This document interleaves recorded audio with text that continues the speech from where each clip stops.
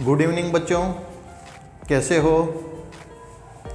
मुझे पूरा विश्वास है कि आप स्वस्थ होंगे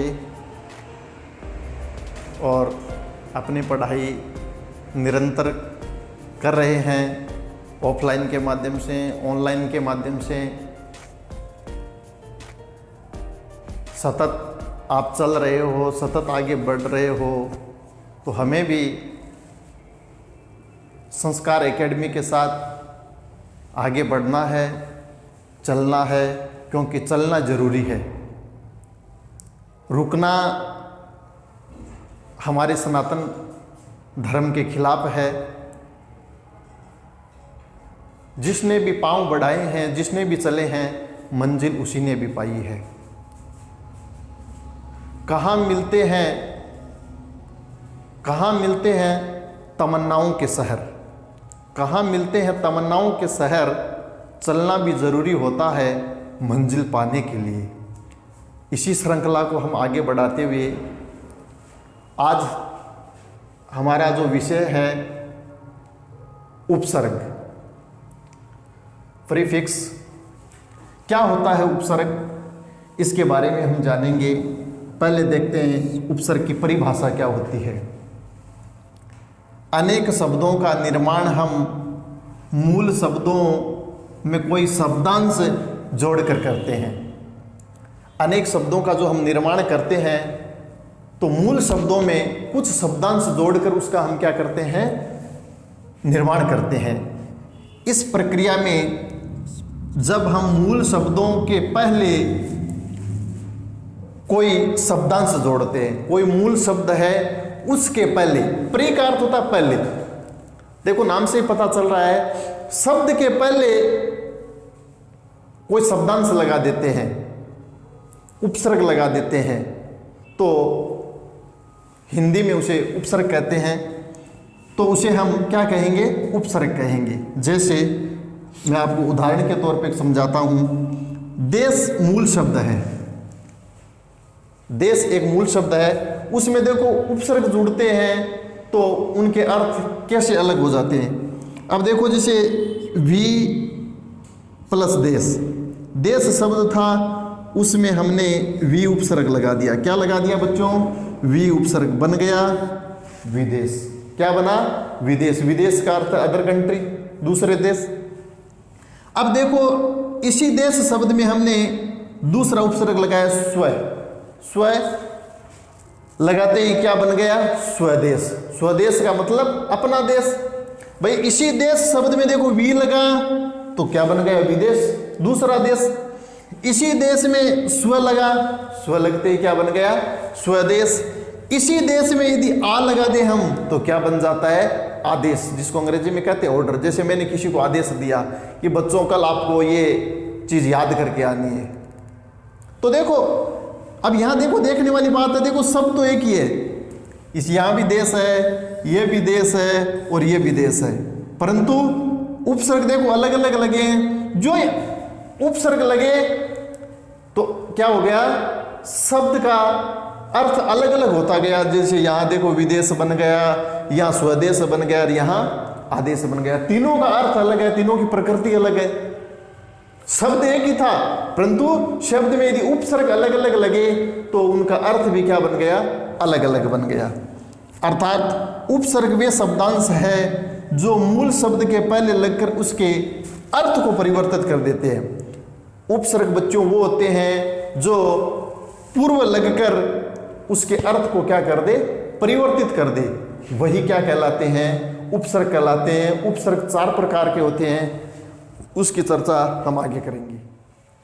अब देखो हिंदी में बच्चों 4 प्रकार के उपसर्ग प्रयोग किए जाते हैं। कितने प्रकार के, 4 प्रकार के। कौन कौन से, एक देखो क्या होते हैं, संस्कृत के उपसर्ग, दूसरे होते हैं हिंदी के उपसर्ग, तीसरे उर्दू फारसी के, और चौथे उपसर्गों की भांति प्रयोग होने वाले संस्कृत के अवयव।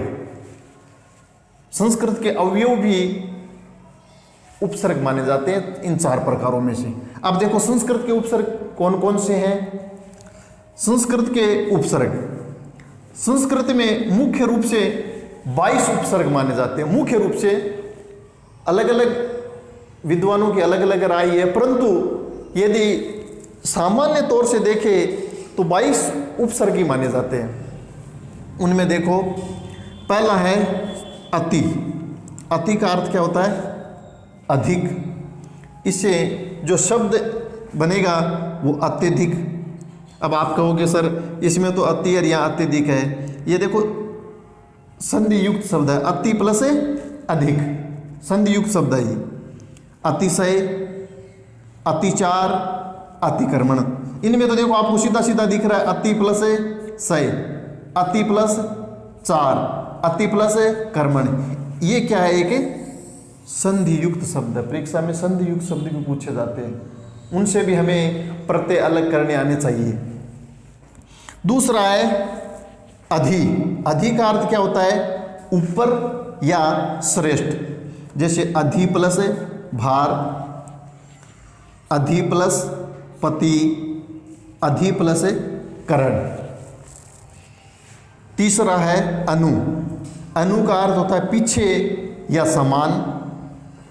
अनु प्लस चर बराबर अनुचर, अनु प्लस मान बराबर अनुमान, अनु प्लस जय बराबर अनुज, और अनु प्लस रूप बराबर अनुरूप।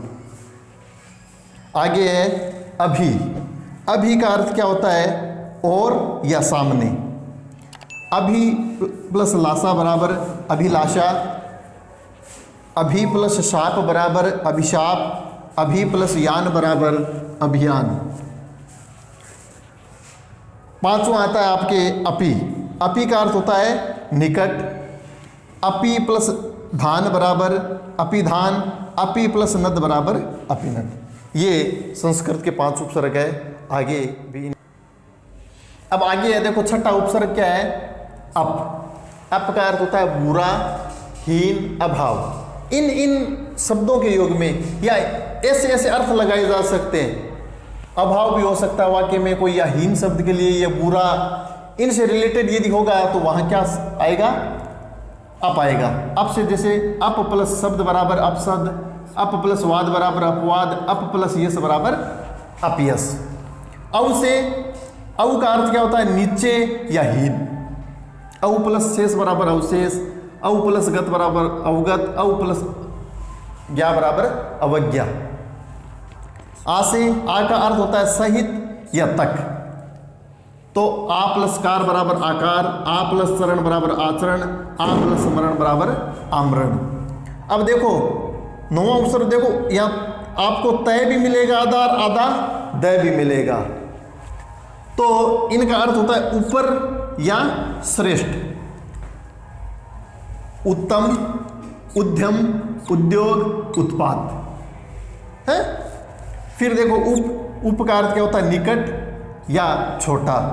उप प्लस नाम बराबर उपनाम, उप प्लस चार बराबर उपचार, उप प्लस भेद बराबर उपभेद। दूर। दूर का अर्थ भी क्या होता है? बुरा या कठिन। दुर्लभ, दुर्दशा और दुर्जन। दुस। दुस का अर्थ भी होता है बुरा या कठिन, दोनों का सेम अर्थ है। दुस्साध्य, दुस्साहस। नी का अर्थ क्या होता है? नीचे या निषेध। निषेध मतलब मनाही। नियोग, निदान और निवास। और निर से निषेध। निर का अर्थ होता है निषेध या फिर रहित। इनसे सब निर्माण होगा। निर प्लस धन बराबर निर्धन, निर प्लस मल बराबर निर्बल, निर प्लस नय बराबर निर्णय। ठीक है। अब आगे है अपन का 15वां। 15वें में बच्चों क्या है? देखो निस उपसर्ग है। निस उपसर्ग का अर्थ होता है निषेध या रहित अर्थ में। अब इनसे शब्द बनेंगे निश्चय, निसंतान, निसंदेह है। और परा का अर्थ होता है विपरीत या नाश या अनादर। तो पराभव, पराजय, पराक्रम। परि का अर्थ होता है चारों ओर। परिक्रमा, परि प्लस इच्छा बराबर परीक्षा और परिधि। प्रति। प्रति का अर्थ होता है हर एक बार या विरुद्ध के अर्थ में भी होता है। प्रतिक्षण, प्रतिवादी और प्रतिनिधि। प्रय। प्रय का अर्थ होता है आगे या अतिशय। तो प्रयोग, प्रसार, प्रलय और प्रताप। वी का अर्थ होता है विशेष या भिन्न, तो विनय, विजय, विज्ञान और विवाद। सम का अर्थ होता है संयोग, संभव, संस्कार, संहार। और सु का अर्थ होता है अच्छा, सुपुत्र, सुभाषित, सुगम और सुयश। ये संस्कृत के 22 उपसर्ग थे जिनका हमने अध्ययन किया है। यदि फिर भी आपके कोई चीज़ डाउट रहती है तो आप कमेंट के माध्यम से हमें बता सकते हैं कि इन चीज़ों की हमारी दिक्कत आ रही है। संस्कार एकेडमी से जुड़े रहें। यदि चैनल को अभी तक आपने सब्सक्राइब नहीं किया तो सब्सक्राइब करें, लाइक करें, शेयर करें। इसी के साथ शुभ रात्रि।